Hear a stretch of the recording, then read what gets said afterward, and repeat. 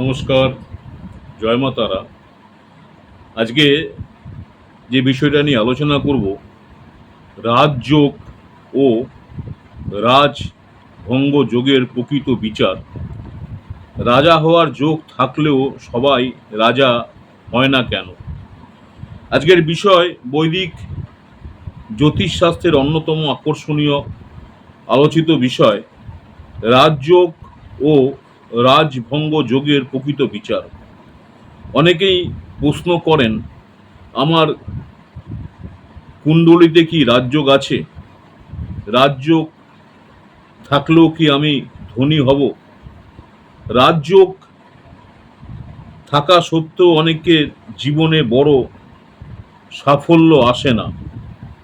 রাজযোগ কি? আজ এই সমস্ত বিষয় বিস্তারিত আলোচনা করব। প্রথম বিষয় অধ্যায় যে রাজযোগ কি। রাজযোগ শব্দের অর্থ সম্মান, ক্ষমতা, উচ্চপদ, প্রভাব, নেতৃত্ব। অনেকেই ভুল করে মনে করেন রাজযোগ মানেই কোটি কোটি টাকা।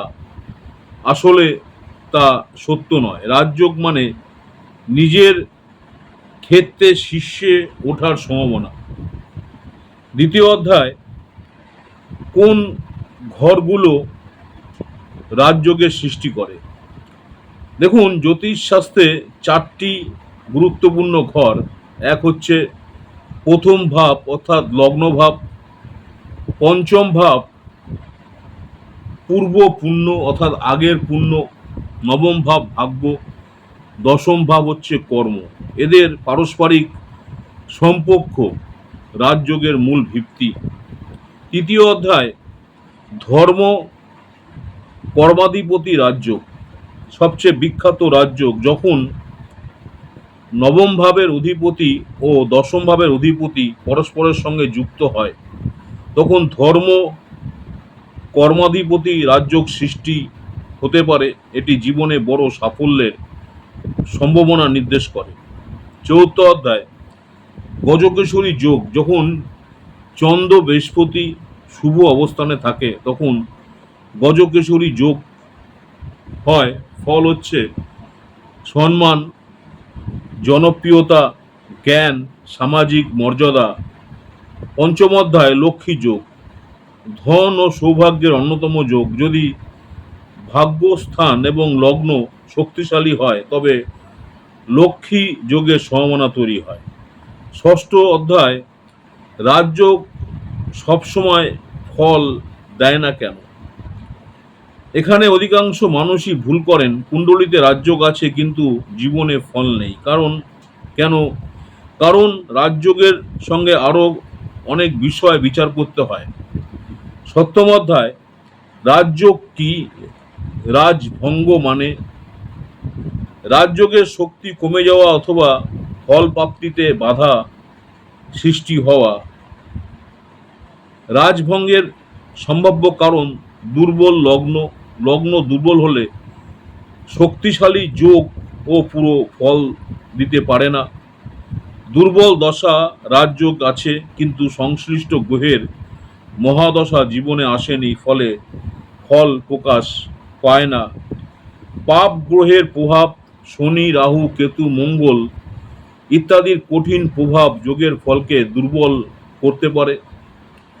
নবাংশে দুর্বলতা, মূল যে কুণ্ডলী আছে, কুণ্ডলিতে যোগ আছে কিন্তু D9 অর্থাৎ নবাংশে এর সমর্থন নেই, ফলে ফল কমে যেতে পারে। অষ্টম অধ্যায়, মহাদশা এবং অন্তর্দশার ভূমিকা। অনেক সময় রাজযোগ জন্ম থেকেই থাকে কিন্তু সক্রিয় হয় না, কারণ সঠিক মহাদশা আসেনি। বৃহস্পতির মহাদশায় সম্মান, উন্নতি, জ্ঞান দিতে পারে। শুক্রের মহাদশা অর্থ, সম্পত্তি, মর্যাদা দিতে পারে। সূর্যের মহাদশা প্রশাসনিক ক্ষমতা, নেতৃত্ব, সরকারি সম্মান বৃদ্ধি করতে পারে।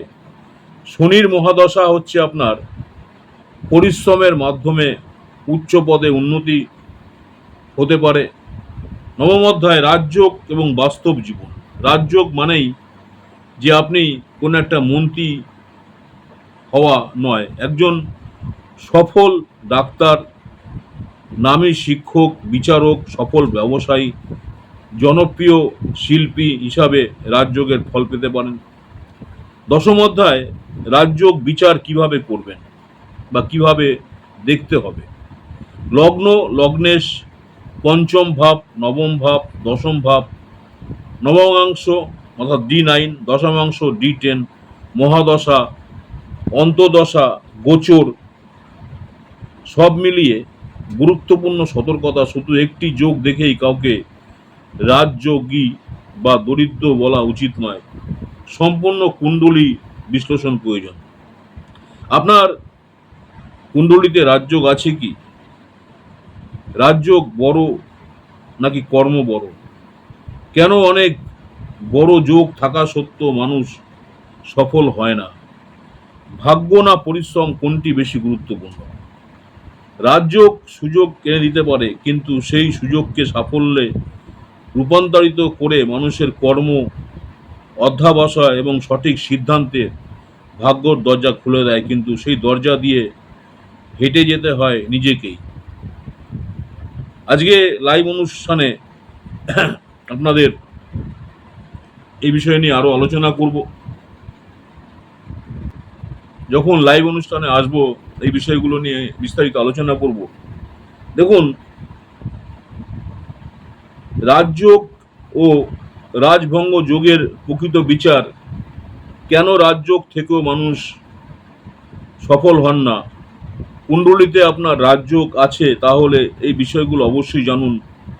কর্ম, ধর্ম, কর্মাধিপতি রাজযোগ, গজকেশরী যোগ, রাজভঙ্গ যোগের রহস্য, এসব নিয়ে আজকে আলোচনা করলাম। আমার ইউটিউব চ্যানেল অ্যাস্ট্রোলজার অ্যান্ড তন্ত্র স্পেশালিস্ট উত্তম আচার্য, অনেকেই আপনারা আমার এই চ্যানেলটাকে সাবস্ক্রাইব করেছেন, আপনাদের অসংখ্য ধন্যবাদ। যারা এখনও সাবস্ক্রাইব করেননি, অনুরোধ করবো চ্যানেলটাকে সাবস্ক্রাইব করে রাখতে।